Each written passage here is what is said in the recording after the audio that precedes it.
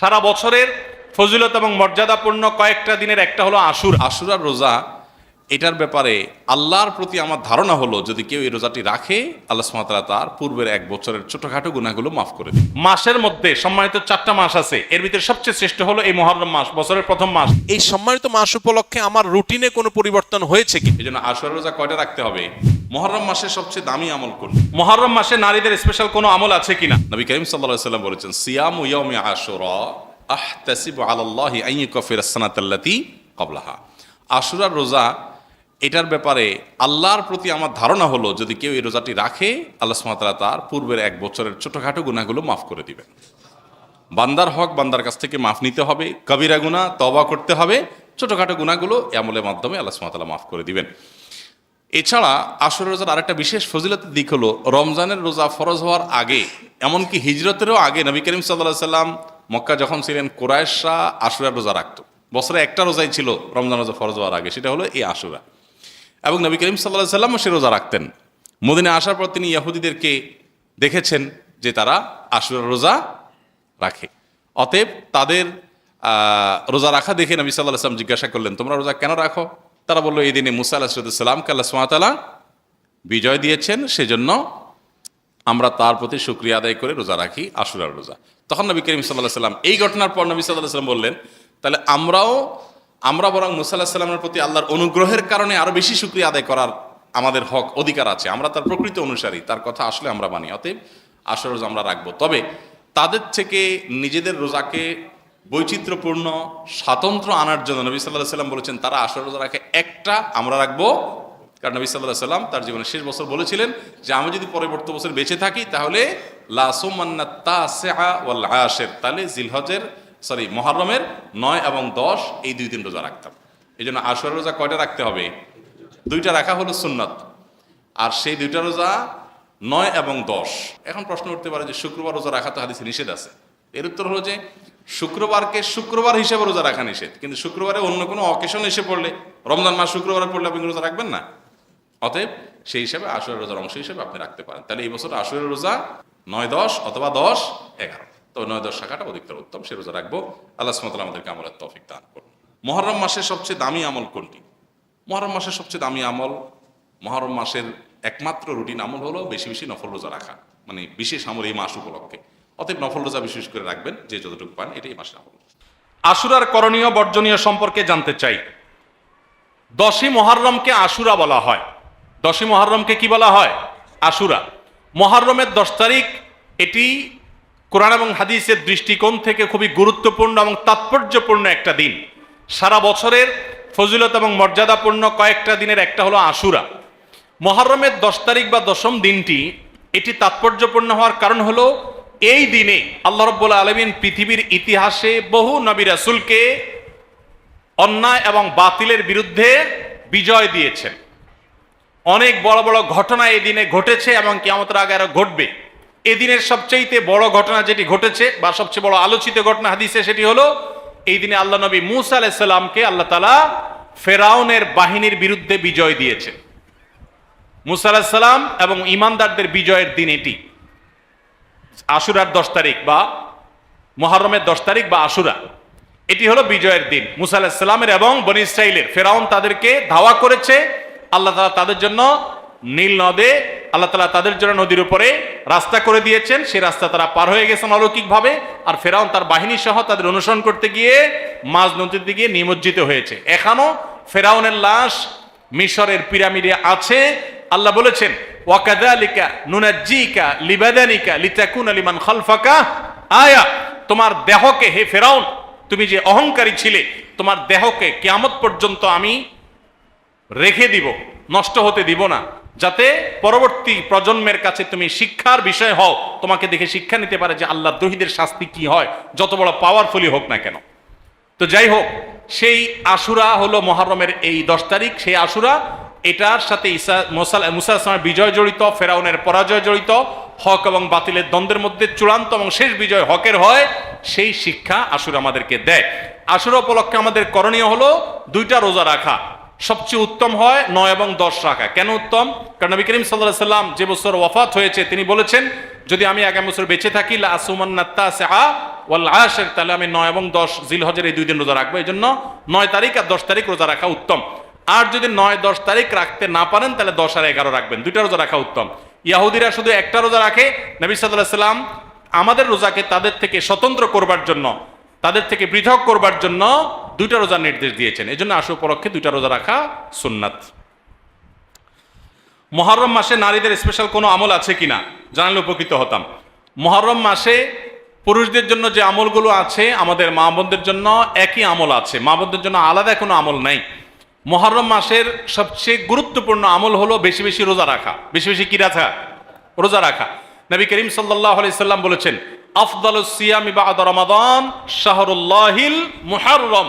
আল্লাহর কাছে রমজানের পরে নফল রোজার জন্য সবচেয়ে আদর্শ এবং শ্রেষ্ঠ মাস হলো মুহররম মাস। এই জন্য ভাই মুহররম মাসে বেশি বেশি নফল রোজা রাখার চেষ্টা করতে হবে। বেশি বেশি তো দূরের কথা, অনেকে একটাও রাখতে পারেন না, অন্তত 2-4টা হলেও রাখার চেষ্টা করবো ইনশাআল্লাহ। মুহররম মাস কিন্তু শুরু হয়ে গেছে, মুহররম মাস আরম্ভ হয়ে গেছে, আমরা এখন মুহররম মাসের মধ্যে আছি। সম্মানিত মাসের মধ্যে সম্মানিত 4টা মাস আছে, এর ভিতরে সবচেয়ে শ্রেষ্ঠ হলো এই মুহররম মাস, বছরের প্রথম মাস হিজরি বর্ষের। অতএব এই মাসের প্রধান আমল হলো বেশি বেশি নফল রোজা রাখা। দ্বিতীয় আমল হলো মুহররমের 10 তারিখ আশুরা, এই আশুরা উপলক্ষে 2টা রোজা রাখা। 9 আর 10 রাখলে বেশি উত্তম, আর না হলে 10 আর 11 এই 2টা রোজা রাখা নারী পুরুষ সকলের জন্য সুন্নাহ। নারীরা যদি মাসিক অবস্থায় না থাকেন তারা রাখবেন না, মাসিক অবস্থা না থাকলে তারা রাখবেন না। তাদের নিয়ত থাকলে আল্লাহ তাআলা তাদেরকে এমনিতেই সওয়াব দিবেন ইনশাআল্লাহ। তাহলে মুহররম মাসে আমল হলো বেশি বেশি রোজা রাখা, বিশেষ করে আশুরা রোজা রাখা। এর বাইরে মুহররম উপলক্ষে স্পেশাল কোনো আমল নাই যে এই মাসের জন্য আলাদা করে এটা করণীয় আছে। শেষ প্রশ্ন, সামনে মুহররম মাস, মুহররম মাসে বিশেষ আমলগুলো যদি জানাতেন। খুবই গুরুত্বপূর্ণ প্রশ্ন। আর কয়েকদিনের মধ্যেই মুহররম মাস শুরু হতে যাচ্ছে। মুহররম মাস হিজরি বর্ষের প্রথম মাস। এ মাসের সবচেয়ে বড় তাৎপর্যের বিষয় হলো এটা সম্মানিত 4 মাসের একটা। সম্মানিত মাস কয়টা ভাই? 4টা। কি কি? জিলকদ, জিলহজ, মুহররম, এই 3টা হলো ধারাবাহিক। জিলকদ, জিলহজ এবং মুহররম বছরের 11তম, 12তম আর প্রথম, এই 3টা মাস। আর চতুর্থ মাসটা হলো রজব ও মুদার, আল্লাযী বাইনা জুমাদা ও শাবান, জুমাদাস সানি এবং শাবানের মধ্যবর্তী রজব মাস। এই 4টা মাসকে আল্লাহ তাআলা কোরআনে কারিমে সম্মানিত 4 মাস বলেছেন। সম্মানিত 4 মাস উপলক্ষে সাধারণ ভালো কাজগুলো, রুটিন যে ভালো কাজগুলো আছে সেগুলো নিয়মিত করা, এক্সট্রা কোনো ভালো কাজের নির্দেশনা নাই। আর গুনাহ থেকে বেশিরভাগ বেঁচে থাকতে হবে, কারণ আল্লাহ বলেছেন যালিকা দ্বীনুল কাইয়্যিম ফালা তাজলিমু ফিহিন্না আনফুসাকুম। সম্মানিত মাসগুলোতে তোমরা নিজেদের প্রতি অবিচার করবা না, অর্থাৎ পাপাচার করবা না। অন্য সময় তো পাপাচার করা যাবেই না, এই মাসে বিশেষভাবে পাপাচার থেকে বেঁচে থাকার চেষ্টা করতে হবে। এখন এই যে জিলহজ যাচ্ছে, মুহররম আসছে, 2টাই কিন্তু সম্মানিত মাস। এই সম্মানিত মাস উপলক্ষে আমার রুটিনে কোনো পরিবর্তন হয়েছে কিনা? রুটিনে পরিবর্তন দূরে থাকুক, আপনি একবারও মনে করেছেন কিনা একটা সম্মানিত মাস আমি অতিক্রম করছি, এটা আপনার মাথায় একবারও আসছে কিনা? যদি না আসে তাহলে আপনি আল্লাহর দেয়া সম্মানিত মাসের সম্মান দিলেন না। এজন্য আমাদের অন্তত এই ধারণাটা মাঝে মধ্যে জেগে উঠতে হবে মনের মধ্যে যে আমরা সম্মানিত মাস ক্রস করছি, অতিক্রম করছি। তাহলে মুহররম মাস সম্মানিত মাসের ভিতরে সবচেয়ে সম্মানিত মাস। নবী করিম সাল্লাল্লাহু আলাইহি ওয়াসাল্লাম এই মাসের একটা বিশেষ করণীয় স্থির করেছেন, সেটা হলো বেশি বেশি নফল রোজা রাখা। মুহররম মাসে বেশি বেশি রোজা রাখা। তিনি বলেছেন আফদালুস সিয়ামি বা'দা রমাদান শাহরুল্লাহিল মুহররম। সহিহ মুসলিমের হাদিস যে রমজানের পর আল্লাহর কাছে সবচেয়ে উত্তম রোজা হলো আল্লাহর মাস মুহররম মাসের রোজা। এই জন্য এই মাসে বেশি বেশি আমরা নফল রোজা রাখবো ইনশাআল্লাহ। এই মাসের তাৎপর্যের আরেকটা কারণ হলো এই মাসে আশুরা আছে, অর্থাৎ মুহররমের 10 তারিখটা বিশেষ তাৎপর্য পূর্ণ একটা দিন, যেদিনে আল্লাহ তাআলা মূসা আলাইহিস সালামকে মুক্তি দিয়েছেন ফেরাউনের বাহিনীর বিপরীতে, এবং নবী সাল্লাল্লাহু আলাইহি সাল্লাম সেই ঘটনায় আল্লাহর কৃতজ্ঞতা আদায় করে মূসা আলাইহিস সালামের সপক্ষে তিনি আল্লাহর কাছে সিয়াম পালন করেছিলেন, এবং আশুরার দিনে রোজা রাখার ফলে 1 বছর পূর্বের গুনাহ মাফ হয়ে যায়। এবং আশুরার সাথে আরো একদিনের রোজা রাখে 9 অথবা 11 মুহররম, 10 তারিখে তো বটেই, তার সাথে 9 তারিখ অথবা 11 তারিখ প্লাস করে 2টা রোজা রাখা হলো সুন্নাহ। এটা হলো মুহররম মাসের করণীয়। সারা মাসে বেশি রোজা রাখা, আশুরার রোজা রাখা বিশেষভাবে, আর সম্মানিত মাস হিসাবে এ মাসের সম্মান দিয়ে চলা, এ হলো মুহররম মাসের করণীয়। এর বাইরে মুহররম মাসকে ঘিরে আমাদের দেশে তাজিয়া মিছিল, শোক মিছিল সহ নানাবিধ কার্যক্রম আমাদের চোখে পড়ে। এগুলোর সাথে কোরআন বা সুন্নাহর কোনো সম্পর্ক নেই, এগুলো মন গড়া এবং বেদাত।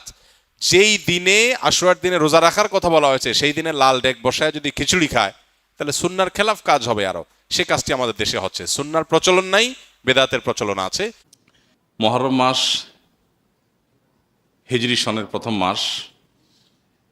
এ মাস সম্মানিত 4 মাসের মধ্যে সবচেয়ে মর্যাদাপূর্ণ মাস। সম্মানিত 4টি মাসের মধ্যে সবচেয়ে মর্যাদাপূর্ণ মাস হলো মুহররম মাস। মুহররম শব্দের অর্থ হলো সম্মানিত, নামেই যার পরিচয়। অর্থাৎ এই মাসকে আল্লাহ সুবহানাহু ওয়া তাআলা মর্যাদা দিয়েছেন, সম্মান দিয়েছেন। এই মুহররম মাসটি শুরু হয়েছে মাত্র 2 দিন হলো। অতএব এই মাস জুড়ে একজন মুসলিম হিসাবে এই মাসের প্রতি মর্যাদা বোধ আমাদের অন্তরে লালন করতে হবে, জাগ্রত রাখতে হবে। আর এই মাসটিকে নবী করিম সাল্লাল্লাহু আলাইহি ওয়াসাল্লাম শাহরুল্লাহ বলেছেন, আল্লাহর মাস বলেছেন। মাস তো সবই আল্লাহ তাআলার, তারপরও এটাকে স্পেশালি আল্লাহর মাস বলার মানে হলো এই মাসটার বিশেষ গুরুত্ব বোঝানো। সব ছেলে মেয়েরাই বাপের সন্তান হলেও বাবা কোনো ছেলেকে যখন বলে তুই আমার সন্তান, তুই আমার ছেলে, এই তো আমার ছেলে, তখন এর মানে হলো তাকে বিশেষ স্নেহ মমতার কথা তিনি বোঝাচ্ছেন। ঠিক একইভাবে সব মাসগুলো, সব দিনগুলো আল্লাহ তাআলার হওয়া সত্ত্বেও মুহররমকে নবী করিম সাল্লাল্লাহু আলাইহি ওয়াসাল্লাম বলেছেন শাহরুল্লাহি আল মুহররম, আল্লাহর মাস মুহররম। তো এই জন্য এ মাসটার বিশেষ মর্যাদা বুঝে আসে। এ মাসে অন্যান্য সম্মানিত মাসের মতোই গুনাহগুলো থেকে, পাপের কাজ থেকে বেঁচে থাকার ব্যাপারে একবার হলেও আমাদের বিবেক বাধা দেওয়া উচিত, একটু হলেও আমাদের থামা উচিত যে আমি সম্মানিত মাসে সম্মান নষ্ট করছি, অন্যায় করে, অপরাধ করে, গুনাহ করে। এ হলো মুহররম মাস সম্পর্কে সংক্ষিপ্ত কথা। এ মাসে নফল রোজা বেশি বেশি নবী করিম সাল্লাল্লাহু আলাইহি ওয়াসাল্লাম রাখাকে উত্তম বলেছেন। রমজানের পরে সবচেয়ে বেশি এই মাসে নফল রোজা রাখাটা উত্তম। অতএব সে চেষ্টা আমরা করবো। আল্লাহ আমাদেরকে তৌফিক দান করুন। প্রিয় ভাইরা, মুহররম মাসের একটা বিশেষ দিন আছে আশুরা, যেটা মুহররমের 10 তারিখে হয়ে থাকে। এই মুহররম উপলক্ষে যদি আমি 1-2টা রোজাও রাখতে না পারি, তাহলে আমি কি জবাব দেব রাসূলুল্লাহ সাল্লাল্লাহু আলাইহি ওয়াসাল্লামের কাছে? সুযোগ অনুযায়ী অন্তত 1-2টা রোজা হলেও রাখার চেষ্টা করি। নিজে যদি রাখতে না পারি, নিজেদের বন্ধু বান্ধব, পরিবার যারা রাখার মতো সুযোগ আছে, ডিউটির চাপ নাই, কষ্টের ডিউটি নাই, তাদেরকে অন্তত উৎসাহিত করি। আলহামদুলিল্লাহ রাব্বিল আলামিন ওয়াসসালাতু ওয়াসসালামু আলা নাবিয়িনা মুহাম্মদ ওয়া আলিহি ওয়া আসহাবিহি আজমাইন, আম্মা বা'দ। প্রশংসা কেবল আল্লাহ সুবহানাহু ওয়া তাআলার জন্য, দরুদ এবং সালাম নাজিল হোক প্রিয় নবী মুহাম্মদ মুস্তাফা সাল্লাল্লাহু আলাইহি ওয়াসাল্লামের প্রতি। আল্লাহুম্মা সাল্লি আলাইহি, আল্লাহুম্মা বারিক আলাইহি। সম্মানিত ভাই বন্ধুগণ, হিজরি বর্ষের প্রথম মাস মুহররম। এই মুহররম মাস, এই মাসের কিছু জ্ঞাতব্য বিষয় আছে, এ মাসের কিছু তাৎপর্য আছে, এ মাসের কিছু করণীয় আছে, আবার কিছু বর্জনীয় কাজ আছে। আমরা সংক্ষেপে আজকে জেনে নিব যে মুহররম মাসের কি গুরুত্ব কোরআন এবং হাদিসের দৃষ্টিতে আছে, এবং এই মাস উপলক্ষে একজন মুমিনের জন্য কি কি করণীয় আছে, আর এই মাস উপলক্ষে একজন মুমিনের জন্য কি কি বর্জনীয় আছে। প্রথম কথা হলো, মুহররম মাস এটি হলো কোরআনে কারীমের সূরা তাওবার 36 নম্বর আয়াতে ঘোষিত বছরের 12 মাসের 4টি সম্মানিত মাসের অন্যতম। আল্লাহ সুবহানাহু ওয়া তাআলা কোরআনে কারীমে সূরা তাওবার 36 নম্বর আয়াতে ইরশাদ করেছেন, মিনহা আরবাআতুন হুরুম। বছরের যে 12টি মাস আছে, তার মধ্য থেকে 4টি মাস হলো সম্মানিত মাস, বিশেষ মর্যাদাপূর্ণ মাস। সেই 4টি মর্যাদাপূর্ণ মাসের ব্যাখ্যা, তার বিশ্লেষণ দিতে গিয়ে সহিহ বুখারীতে আবু বকর রাদিয়াল্লাহু তাআলা আনহু বর্ণিত হাদিসে নবী সাল্লাল্লাহু আলাইহি ওয়াসাল্লাম ইরশাদ করেছেন, সালাসুন মুতাওয়ালিয়াত। 3টি হলো ধারাবাহিক মাস।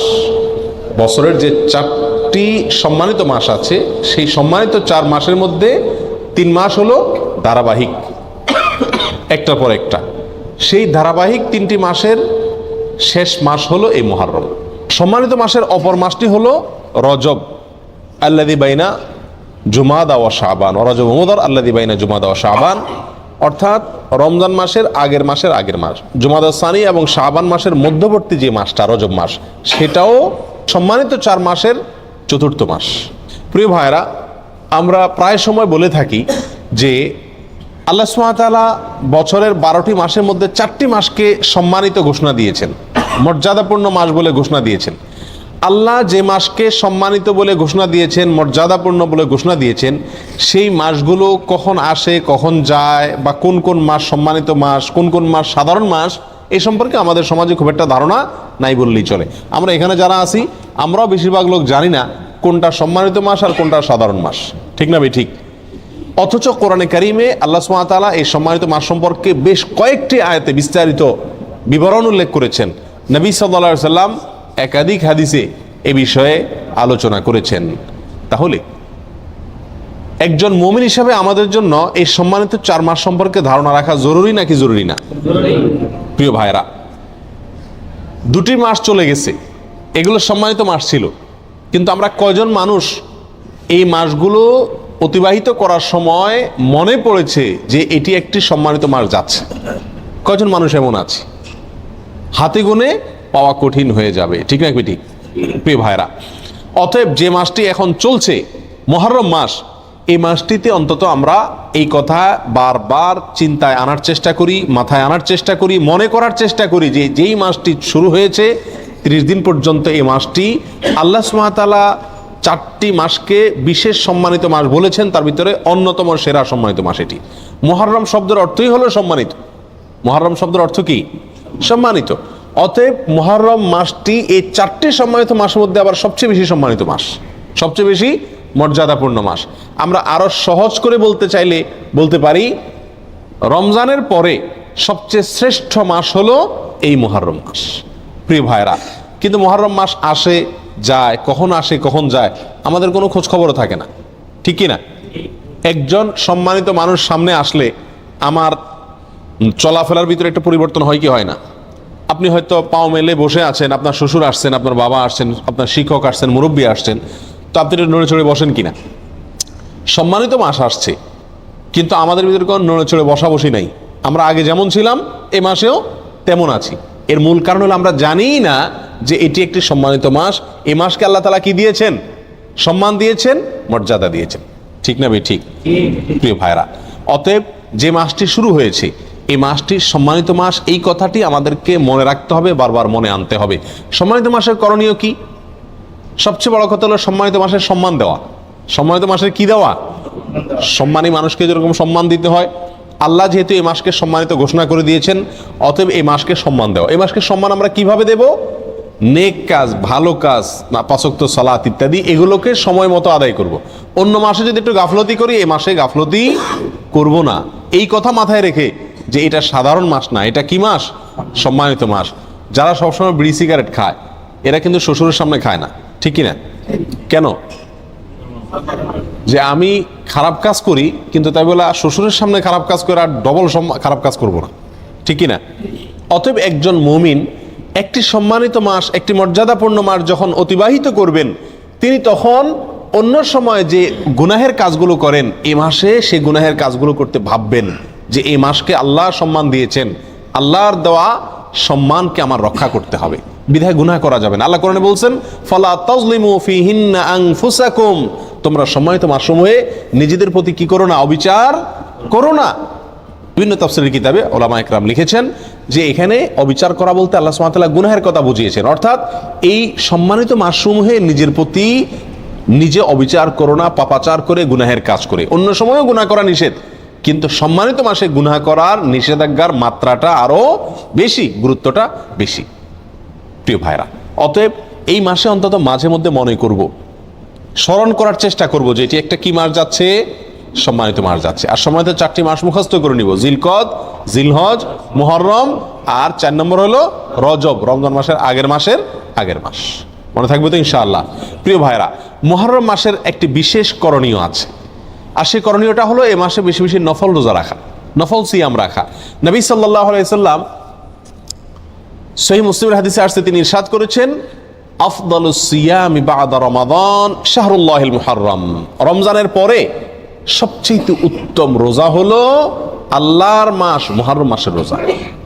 আল্লাহর মাস মুহররম মাসের রোজা। মুহররম মাসকে কার মাস বলা হয়েছে ভাই? আল্লাহর মাস বলা হয়েছে। কে বলেছেন? রাসূল করিম সাল্লাল্লাহু আলাইহি ওয়াসাল্লাম। অতএব এই মাসটির বিশেষ মর্যাদা, এক তো সম্মানিত 4 মাসের একটি মাস, আরেকটি মর্যাদা পেলাম যে এই মাসকে আল্লাহর মাস বলে নবী সাল্লাল্লাহু আলাইহি ওয়াসাল্লাম এই মাসকে বিশেষ সম্মান দিয়েছেন। বলে অন্যগুলা কার মাস? অন্যগুলোও আল্লাহর মাস, কিন্তু এটাকে আল্লাহর দিকে সম্বন্ধ করে এই মাসের বিশেষ মর্যাদা, স্পেশাল মর্যাদার কথা ইঙ্গিত করা হয়েছে। প্রিয় ভাইরা, অতএব এই মাসের করণীয় হলো বেশি বেশি নফল রোজা রাখা। রমজানের পরে সবচেয়ে উত্তম নফল রোজার জন্য উত্তম মাস হলো এই মাস। নফল রোজার শ্রেষ্ঠ মাস মুহররম মাস। প্রিয় ভাইরা, আমরা বেশিরভাগ মানুষ মুহররম মাস উপলক্ষে আশুরার একটা দুটা রোজা রাখি, ওইটা আশুরা উপলক্ষে, ওটা ভিন্ন। মুহররম হিসাবে এই মাসে নবী সাল্লাল্লাহু আলাইহি সাল্লাম রোজা রাখার গুরুত্ব বর্ণনা করেছেন। রমজানের পরে সবচেয়ে বেশি রোজার জন্য গুরুত্বপূর্ণ মাস হিসেবে অভিহিত করেছেন। তিনি নিজে অবশ্য শাবানে রেখেছেন, এই মাসে রাখার সুযোগ তিনি পান না। এই মাসে রোজার ফজিলত নাজিল হওয়ার পরে তিনি রাখার সুযোগ পান নাই, তার আগেই হয়তো তিনি দুনিয়া থেকে বিদায় নিয়ে গেছেন, আর সেজন্য তিনি রাখতে পারেন নাই, কিন্তু আমাদেরকে জানাই গেছেন। প্রিয় ভাইরা, মুহররম তো প্রতিবারই আমাদের জীবনে একবার করে আসে, প্রতি বছরই একবার করে আসে। এই মুহররম উপলক্ষে যদি আমি একটি দুইটা রোজাও রাখতে না পারি, তাহলে আমি কি জবাব দেব রাসূলুল্লাহ সাল্লাল্লাহু আলাইহি সাল্লামের কাছে? কথা বুঝে আসছে? এই মুহররম উপলক্ষে যদি একটি রোজাও আমি না রাখি, তাহলে নবী সাল্লাল্লাহু আলাইহি সাল্লাম যে মাসে রোজার এত গুরুত্ব বর্ণনা করছেন, সেটাকে আমি কোনো কি করলাম না, কেয়ারই করলাম না, পাত্তাই দিলাম না। ঠিক না ভাই? ঠিক। এই জন্য ভাই, সুযোগ অনুযায়ী অন্তত একটা দুটা রোজা হলেও রাখার চেষ্টা করি। নিজে যদি রাখতে না পারি, নিজের বন্ধু বান্ধব পরিবার যারা রাখার মতো সুযোগ আছে, ডিউটির চাপ নাই, কষ্টের ডিউটি নাই, তাদেরকে অন্তত উৎসাহিত করি এবং নিজে মাথায় রাখি, নিয়ত রাখি, আল্লাহ যখনই তৌফিক দিবেন মুহররম মাস উপলক্ষে এই মাসে নফল রোজা রাখার গুরুত্ব রয়েছে, সেই জন্য অন্তত এক দুটা রোজা হলেও রাখার চেষ্টা করি। রাখবো তো ইনশাআল্লাহ। আল্লাহ তাআলা আমাদের সকলকে তৌফিক দান করেন। প্রিয় ভাইরা, এই হলো মুহররম মাস উপলক্ষে করণীয়। একমাত্র করণীয় হলো এই মাসে বেশি বেশি নফল রোজা রাখা, আর সম্মানিত মাস হিসেবে গুনাহের কাজ কম করা, নেকির কাজ ভালো করে বেশি করে করার চেষ্টা করা, যুদ্ধ বিগ্রহ না করা। এই মাসের একটা বিশেষ দিন আছে আশুরা, যেটা মুহররমের 10 তারিখে হয়ে থাকে। এই আশুরা উপলক্ষে আমাদের বেশ কিছু করণীয় আছে, আবার কিছু বর্জনীয় আছে। করণীয় কাজ কি সে বিষয়ে বলার আগে বলতে চাই, নবী করিম সাল্লাল্লাহু আলাইহি সাল্লাম মক্কা থেকে যখন মদিনায় হিজরত করে আসলেন, তিনি দেখলেন যে মদিনার মানুষেরা, ইহুদিরা, মদিনায় ইহুদিদের বসবাস ছিল, তাদেরকে তিনি দেখতে পেলেন যে তারা আশুরার দিন অর্থাৎ মুহররমের 10 তারিখে রোজা রাখে। তখন নবী করিম সাল্লাল্লাহু আলাইহি সাল্লাম তাদেরকে জিজ্ঞেস করলেন যে তোমরা এই দিনে রোজা রাখো কেন, রহস্য কি, কি কারণে রোজা রাখো? তখন ইহুদিরা নবী সাল্লাল্লাহু আলাইহি সাল্লামকে জবাব দিলেন যে এই দিনে আমরা রোজা এই জন্য রাখি যে এই দিনে আল্লাহ সুবহানাহু ওয়া তাআলা তার নবী, আমাদের নবী অর্থাৎ বনী ইসরাঈলের নবী, ইহুদিদের নবী মুসা আলাইহিস সালামকে এবং তার জাতি বনী ইসরাঈলকে আল্লাহ তাআলা মুক্তি দিয়েছেন। ফেরাউনের অধীনে তারা কৃতদাস হিসাবে দীর্ঘদিন বন্দী ছিলেন, জুলুমের শিকার ছিলেন। আল্লাহ তাআলা তাদেরকে মুক্তি দান করেছেন, ফেরাউনকে ডুবিয়েছেন, সমুদ্রে ফেরাউনকে ডুবিয়েছেন, আর মুসা আলাইহিস সালামকে এবং বনী ইসরাঈলকে আল্লাহ তাআলা রক্ষা করেছেন। তাহলে বনী ইসরাঈল জাতির প্রতি, মুসা আলাইহিস সালামের প্রতি আল্লাহ তাআলা অনুগ্রহ নাজিল করেছেন, তাকে এবং তার জাতিকে স্বাধীনতা দিয়েছেন, মুক্তি দিয়েছেন। আর সেই জন্য আমরা তার উম্মত হিসাবে শুকরিয়া আদায় করে এই দিন রোজা রাখি। নবী করিম সাল্লাল্লাহু আলাইহি সাল্লাম তাদের এই কথা শুনে বললেন, নাহনু আহাক্কু বিমূসা, তোমরা মুসা আলাইহিস সালামের অনুসারীর দাবি করো ঠিক আছে, কিন্তু মুসা আলাইহিস সালামের অনুসারী হিসাবে তোমরা যত না সত্য, তার চাইতে বেশি সত্যবাদী অনুসারী হিসাবে আমরা। অতএব মুসা আলাইহিস সালামের প্রতি আল্লাহর অনুগ্রহ নাজিল হয়েছে এই দিনে, সেই উপলক্ষে তোমরা যদি শুকরিয়া আদায় করে আল্লাহর কাছে রোজা রাখো, তাহলে আমাদের রোজা রাখার অধিকার আরো বেশি। এই নবী সাল্লাল্লাহু আলাইহি সাল্লাম তখন সাহাবা একরামকে বললেন যে তোমরাও কি করবে, আশুরার দিনে রোজা রাখবে, তবে ইহুদিদের সঙ্গে ব্যতিক্রম করবে। ইহুদিদের সঙ্গে কি করবে? ব্যতিক্রম করবে। আর ব্যতিক্রমটা হলো এই যে তারা একটি রোজা রাখে, আমরা দুইটা রাখবো। তারা রাখে শুধু আশুরার দিনে, আমরা রাখবো তার সাথে আরেকটা রোজা যোগ করে। এই আরেকটা রোজা যোগের ব্যাপারে কোনো কোনো বর্ণনা আসছে একটা আগে অথবা একটা পরে, অর্থাৎ 9, 10 অথবা 10, 11। আশুরা তো 10 তারিখের রোজা, তার সাথে একটা আগে অথবা পরে যে কোনো একদিন একটা রোজা যোগ করে হয় 9, 10 আর না হয় 10, 11 রাখার জন্য বলা হয়েছে। যদিও সেই হাদিসকে ওলামা একরামের কেউ কেউ সহিহ বলেছেন, কেউ কেউ জয়ীফ বলেছেন।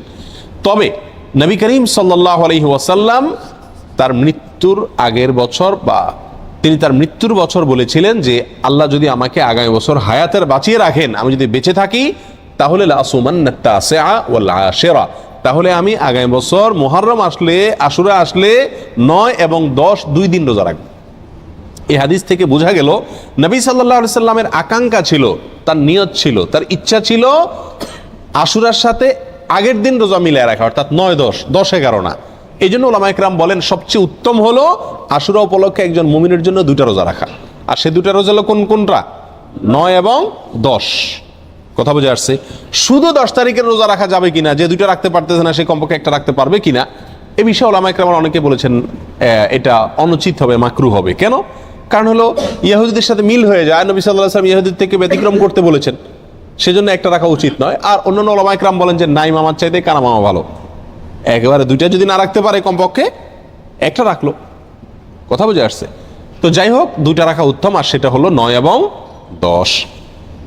নবী সাল্লাল্লাহু আলাইহি সাল্লাম আশুরার রোজার ফজিলত তালাশের জন্য, এই রোজার ফজিলত অন্বেষণের জন্য যত চেষ্টা করতেন, রমজানের ফরজ রোজার পরে অন্য কোনো নফল রোজার ব্যাপারে, নফল রোজার ফজিলত আহরণ করার ব্যাপারে এত বেশি চেষ্টা তিনি করতেন না বলে হাদিসে প্রমাণিত।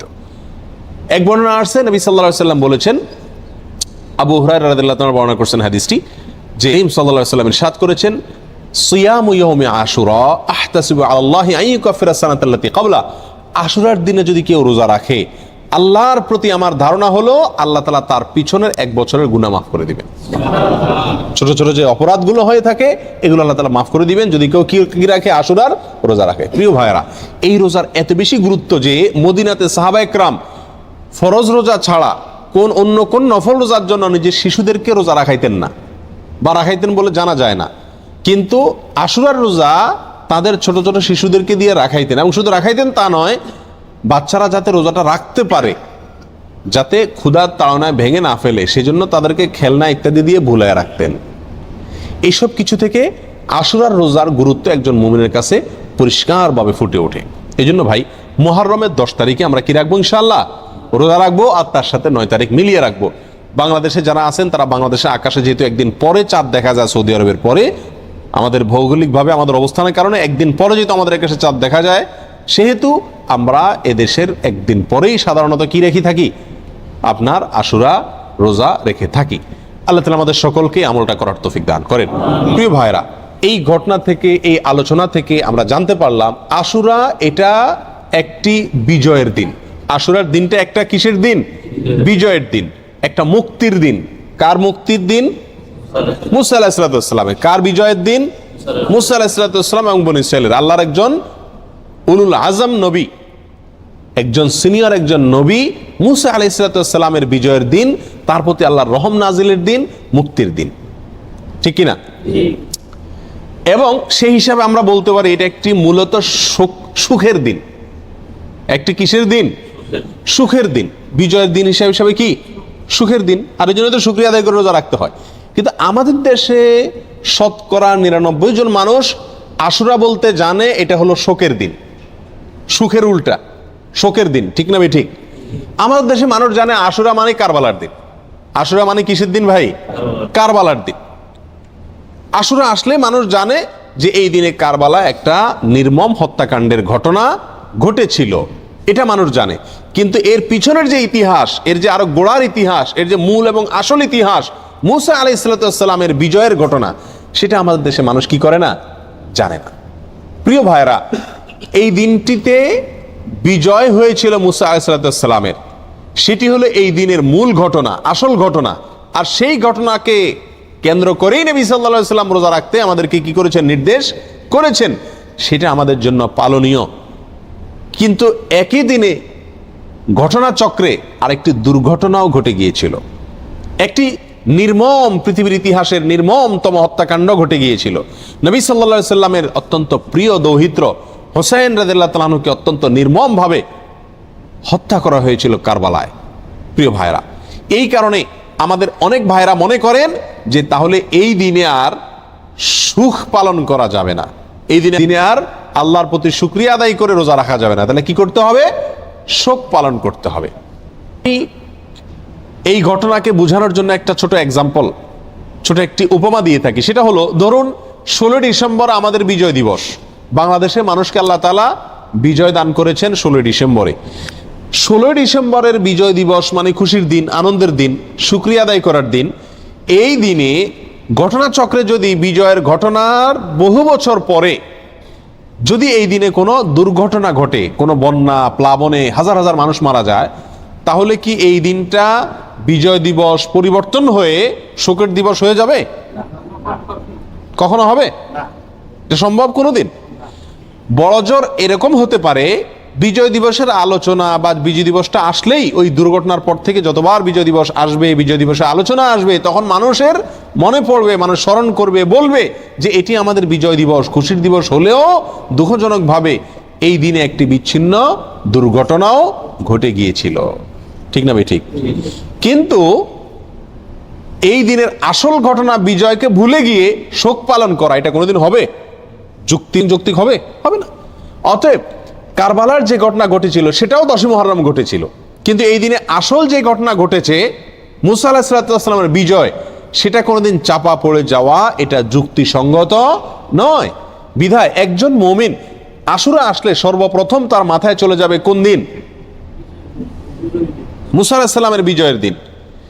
এরপরে পাশাপাশি একই দিনে যেহেতু আরেকটি নির্মম ঘটনা ঘটেছে সেটাও তার মনে আসতে পারে, এবং সে উপলক্ষে হুসাইন রাদিয়াল্লাহু তাআলা আনহু সহ তার পরিবারের সদস্যরা যারা নির্মমভাবে নিহত হয়েছিলেন, হত্যা করা হয়েছিল, তাদের জন্য আল্লাহ সুবহানাহু ওয়া তাআলার কাছে দোয়া করতে পারেন। যারা হত্যায় জড়িত ছিল তাদেরকে আল্লাহ সুবহানাহু ওয়া তাআলা পৃথিবীর ইতিহাসের নিকৃষ্টতম সাজা যেন তাদেরকে দেন, সেজন্য আল্লাহর কাছে আরজি পেশ করতে পারেন। কিন্তু তাই বলে আপনি কি করতে পারেন না? তাজিয়া মিছিল, শোক মিছিল এগুলা বের করতে পারেন না, কারণ ইসলাম 3 দিনে বেশি কোনো মৃত্যুতে, কোনো দুর্ঘটনায় শোক পালন করার সুযোগ, অনুমতি দেয় নাই। অতএব রাজনৈতিক আপনার বিভিন্ন দলগুলো তাদের শোক পালন করে থাকে বছরকে বছর, যুগ যুগ ধরে, সেটা ভিন্ন বিষয়। কিন্তু ইসলামী শরীয়তে কোনো মানুষের মৃত্যুর পরে 3 দিনের বেশি শোক পালন করার কোনো সুযোগ, অনুমোদন নাই প্রিয় ভাইরা। অতএব আশুরা উপলক্ষে প্রথম আমাদেরকে খেয়াল রাখতে হবে যে আমাদের ধারণাটাকে পরিবর্তন করতে হবে। এই দিনটি কারবালার দিন নয়, এই দিনটি হলো মুসা আলাইহিস সালামের বিজয়ের দিন, পাশাপাশি কারবালার ঘটনাও ঘটেছে। আল্লাহ তাআলা আমাদেরকে সঠিকটা বুঝার তৌফিক দান করেন। প্রিয় ভাইয়েরা, এখন আমরা এই দিনে কি আসলে যেহেতু 2টা ঘটনায় ঘটছে, কোনটাকে আমরা বড় করে দেখব? মুসা আলাইহিস সালামের বিজয়কে বড় করে দেখব, নাকি হুসাইন রাদিয়াল্লাহু তাআলা আনহুর মৃত্যুকে, শাহাদাতকে, শোকের দিনটাকে, শোকটাকে বড় করে দেখব? কোনটাকে বড় করে দেখব? মুসা আলাইহিস সালামের বিজয়টাকে বড় করে দেখব। কেন? 2 কারণ। নাম্বার 1, মুসা আলাইহিস সালামের বিজয়ের খবর দিয়ে গেছেন মুহাম্মদ সাল্লাল্লাহু আলাইহি ওয়াসাল্লাম, এবং তিনি ওই বিজয় পালন করা, রোজা রাখার মাধ্যমে সেই বিজয় পালন করার জন্য আমাদেরকে শিক্ষা দিয়ে গেছেন। ঠিক না ভাই? ঠিক। শুকরিয়া আদায় করার জন্য রোজা রাখার আদর্শ তিনি রেখে গেছেন।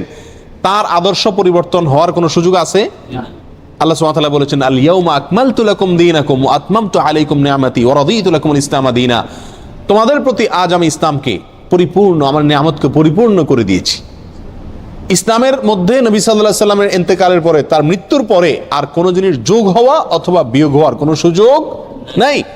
অতএব নবী সাল্লাল্লাহু আলাইহি সাল্লামের মৃত্যুর বহু বছর পরে কারবালার ঘটনা ঘটেছে, বিধায় কারবালার ঘটনাকে কেন্দ্র করে কোনো কর্মসূচি যদি দিতে হয়, একই দিনে নবী সাল্লাল্লাহু আলাইহি সাল্লামের কর্মসূচি থাকে, দেওয়া কর্মসূচি থাকে, তাহলে কোনটা অগ্রাধিকার পাওয়ার কথা? নবী সাল্লাল্লাহু আলাইহি সাল্লামের দেওয়া কর্মসূচি, তার শেখানো বাতানো আমলের অগ্রাধিকার হওয়া যুক্তির দাবি। ঠিক না ভাই? ঠিক। প্রিয় ভাইয়েরা, অতএব এই দিনে আমাদের যে ভুল একটি কালচার আমাদের সমাজে প্রচলিত আছে, সেটা হলো এই দিন উপলক্ষে আমাদের সমাজে সবচেয়ে বড় ভুল, এই দিন উপলক্ষে সবচেয়ে বড় ভুল হলো যে এই দিনটাকে আমরা মনে করি কারবালার দিন। এই দিনটার আসল ইতিহাসটাকে আমরা জানি না। প্রিয় ভাইরা, এর পিছনে আমাদের মিডিয়ার বিশাল বড় ভূমিকা। আমাদের দেশের যে সমস্ত মিডিয়া আছে, সেটা প্রিন্ট মিডিয়া হোক আর ইলেকট্রনিক মিডিয়া হোক, এই সব মিডিয়াগুলো সব সময় দেখবেন সুন্নাহকে কখনো এরা প্রচার করে না, সবসময় বেদাতকে ফলাও করে এবং প্রচার করে, সুন্নাহকে দমিয়ে রাখার চেষ্টা করে মিডিয়াগুলো। যেমন এই আশুরাকে কেন্দ্র করে আপনারা দেখবেন ঢাকা শহরের পুরান ঢাকায় মিরপুরে 2-1টা জায়গাতে 200, 150, 100 ছোট ছোট বাচ্চা পোলাপান, এরা তাজিয়া মিছিল মানে শোক মিছিল বের করে, কারবালার ঘটনাকে স্মরণ করে আশুরার দিনে শোক মিছিল বের করে। ওই মিছিলের ঘটনাকে, ওই মিছিলকে আপনার সারাদিন টেলিভিশন, রেডিও, পত্রপত্রিকায় ফলাও করে প্রকাশ করে, এবং ওই দিনের সংবাদের অন্যতম শিরোনাম থাকে সমস্ত মিডিয়াগুলোতে, আজ পবিত্র আশুরা। আজকের এই দিনে মহানবী হযরত মুহাম্মদ সাল্লাল্লাহু আলাইহি সাল্লামের প্রিয় দৌহিত্র হুসাইন রাদিয়াল্লাহু তাআলা আনহুকে কারবালার প্রান্তরে, ইরাকের কারবালার প্রান্তরে নির্মমভাবে শহীদ করেছে অমুক অমুক অমুক অমুকে।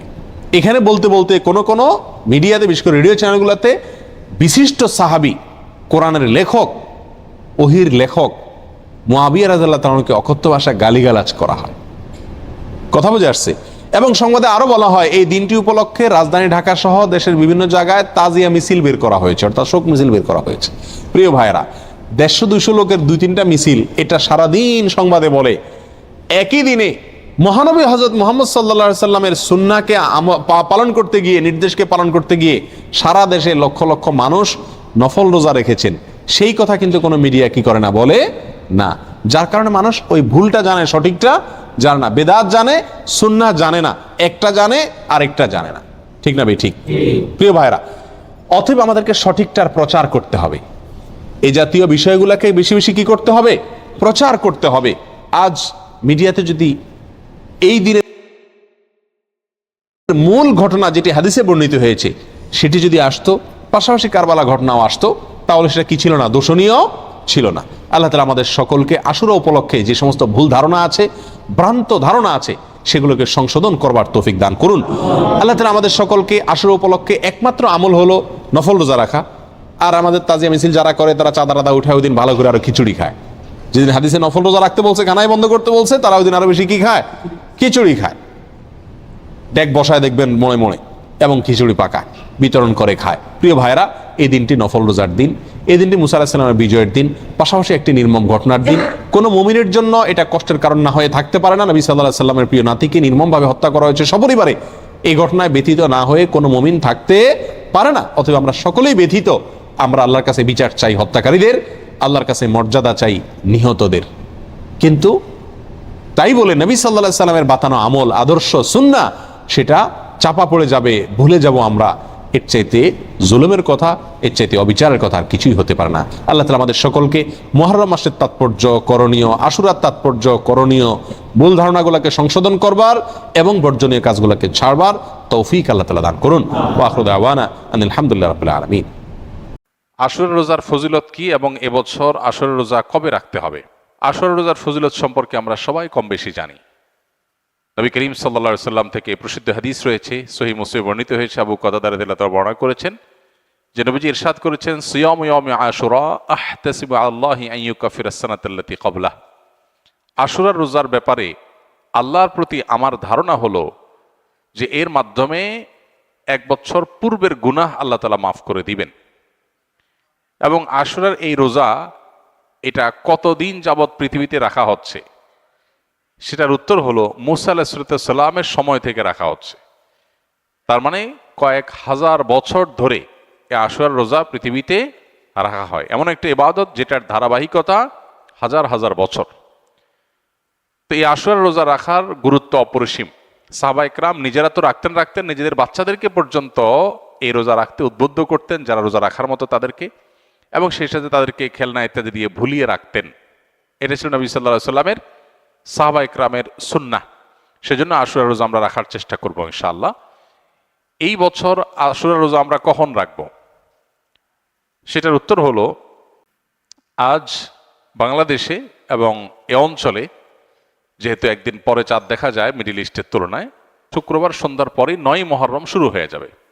আর আশুরা রোজার মধ্যে সবচেয়ে উত্তম হলো 9 এবং 10 মুহররম রোজা রাখা। 10 মুহররম আশুরার দিন। আশুরা মানেই হলো মুহররমের 10 তারিখ বা 10ম দিন। অতএব সেটা তো আছেই। সেটা আগামী রোববার মুহররমের 10 তারিখ হবে।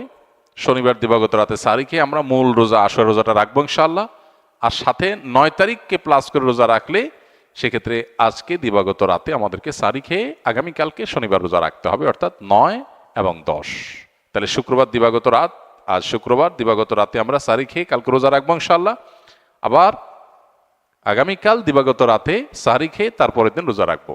তাতে 9 জিলহজ এবং 10 জিলহজ দুইটা রোজাই আদায় হয়ে যাবে ইনশাআল্লাহ। কারণ যদি কালকে রোজা রাখা সম্ভব না হয়, তাহলে তিনি শনিবার দিবাগত রাতে খেয়ে রবিবার রোজা রাখবেন, সেটা হবে আশুরার মূল রোজা। আর রবিবার দিবাগত রাতে সাহরি খেয়ে সোমবার তিনি রোজা রাখবেন, তাতে হবে আপনার 11 জিলহজের রোজা। আর সোমবার তো সাপ্তাহিক নফল রোজা আছেই, সেক্ষেত্রে আমরা টানা 3টা রাখতে পারি। শুক্রবার দিবাগত রাত, শনিবার দিবাগত রাত, এই দুইটা আশুরা। আর রবিবার দিবাগত রাত হলো কিসের? সোমবারের সাপ্তাহিক নফল রোজা, তাহলে টানা 3টা রোজা হয়ে গেল। আর যদি কেউ একের ভিতর 2 চান, মানে শর্টকাটে, তাহলে সেক্ষেত্রে শনি আর রবি রাখলে রোববারেরটা ডাবল নিয়ত করতে পারেন। 11ই মুহররম হিসাবে রোজা, আবার সোমবারের রোজা, 2টা সবই একসাথে পাওয়া যাবে। আর যদি কেউ 3টা রাখেন তাহলে তার সব বেশি, এটা বলার অপেক্ষা রাখে না। অতএব আশুরা রোজাগুলো আমরা রাখার চেষ্টা করবো ইনশাআল্লাহ। এদিন আল্লাহ রাব্বুল আলামিন মুসা আলাইহিস সালামকে বিজয় দিয়েছেন, সত্যের বিজয় দিয়েছেন। আর অসত্য বা ফেরাউন বাহ্যিকভাবে শক্তিশালী মনে হলেও দীর্ঘদিন অহমিকার সুযোগ আল্লাহ তাআলা ছাড় দিয়ে একটা পর্যায়ে তাকে চরম পরিণতি বরণ করতে বাধ্য করেছেন। সেই ঐতিহাসিক দিন আল্লাহ নবী মুসা আলাইহিস সালাম সেটার জন্য আল্লাহর কাছে শুকরিয়া আদায় করে তিনি রোজা রেখেছেন, এবং তার অনুসরণে আমরাও রোজা রাখি। এবং ইয়াহুদীদের রোজার চাইতে আমাদের রোজা যেন ভিন্নতর হয়, সেজন্য আমরা 2টা রোজা রাখি। এবং সেই 2টা রোজার ভিতরে সবচেয়ে উত্তম হয় 9-10, 9-10 না পারলে 10-11, এই 2টা ধাপের রোজা। আর যদি সেটার কোনোটাই সম্ভব না হয়, শুধু একটাই রাখতে পারে, তাহলে 10 তারিখের রোজাটাও রাখা যেতে পারে, যদি অনেক কোনো সেটাকে নিষেধ করেছেন। আশুরা উপলক্ষে কি কি আমল করব? আশুরা উপলক্ষে সর্বপ্রথম এবং প্রধান আমল হলো রোজা রাখা, যেটা আমরা এতক্ষণ বললাম। মুহররমের 10 তারিখ এবং তার সাথে 9 তারিখ, এই 2টা রাখা উত্তম। কারণ নবী সাল্লাল্লাহু আলাইহি সাল্লাম বলেছেন, যদি আমি আগামী বছর বেঁচে থাকি তাহলে আমি 9-10 রোজা রাখবো। এই জন্য 9-10 রাখাটা উত্তম, এটা নবীজির স্বপ্ন ছিল, আকাঙ্ক্ষা ছিল। আর না হলে 10-11 রোজা রাখা, এটা হলো আশুরার প্রধান আমল। দ্বিতীয়ত, আশুরার এই দিবসের শিক্ষাটা গ্রহণ করা, এটা নিয়ে খুব বেশি আলোচনা হয় না। আলোচনা হয় শুধু আশুরার রোজা নিয়ে, ইতিহাসও আলোচনা হয়, কিন্তু আশুরার চেতনা কি, আশুরার শিক্ষা কি, আশুরা আমাদেরকে কি বার্তা দেয়, সেটা নিয়ে আলোচনা হয় না। সেটা আমরা আজকে আলোচনা করার চেষ্টা করেছি আলহামদুলিল্লাহ। অতএব আশুরা উপলক্ষে প্রতি বছরই আমাদের এই শিক্ষাটা ধারণ করা দরকার যে সত্যের বিজয় হবেই হবে 2 দিন আগে আর 2 দিন পরে, আর অসত্য এবং বাতিল লাঞ্ছিত, অপমানিত, পরাজিত, নিমজ্জিত হবেই হবে, সেটাও 2 দিন আগে বা পরে। ফেরাউন শক্তিশালী ছিল, ফেরাউন ক্ষমতাবান ছিল, জালিম ছিল, তাই বলে তার পক্ষাবলম্বন সত্যের অনুসন্ধানে মানুষরা করে নাই। মুসা আলাইহিস সালাম দুর্বল ছিলেন, তার অনুসারী বনী ইসরাঈলও দুর্বল ছিলেন, তারা শোষিত ছিলেন, আর ফেরাউন শোষণকারী ছিল। এই দুইয়ের মধ্যে আল্লাহ তাআলা চূড়ান্ত হাসি, শেষ হাসি, চূড়ান্ত বিজয় এটা দান করেছেন কাকে? মুসা আলাইহিস সালামকে। অতএব সত্যের বিজয় হয় 2 দিন আগে আর পরে। এই চেতনা, এই শিক্ষা মাথায় রেখে যদি আমরা চলি, আমরা সত্যের সাথে থাকবো, সেটা দুর্বল হলেও সত্যের সাথে থাকবো, সংখ্যায় কম হলেও।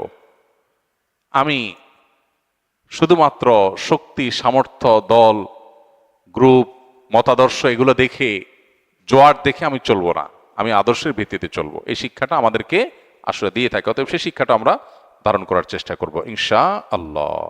আশুরা উপলক্ষে একটা হাদিস, যে হাদিসকে ইমাম তিরমিজি রাহিমাহুল্লাহ বিশুদ্ধ বললেও, হাসান বললেও, অন্য ইমামরা অনেকে জয়ীফ বলেছেন, সেটা হলো এই দিনে আল্লাহ তাআলা আল্লাহর বান্দাদেরকে মাফ করার ইতিহাস আছে। অতএব পরবর্তী জাতিরাও আল্লাহর কাছে তওবা করলে এই দিনে তওবা কবুল হবে, আল্লাহ তওবা করবেন, কবুল করবেন।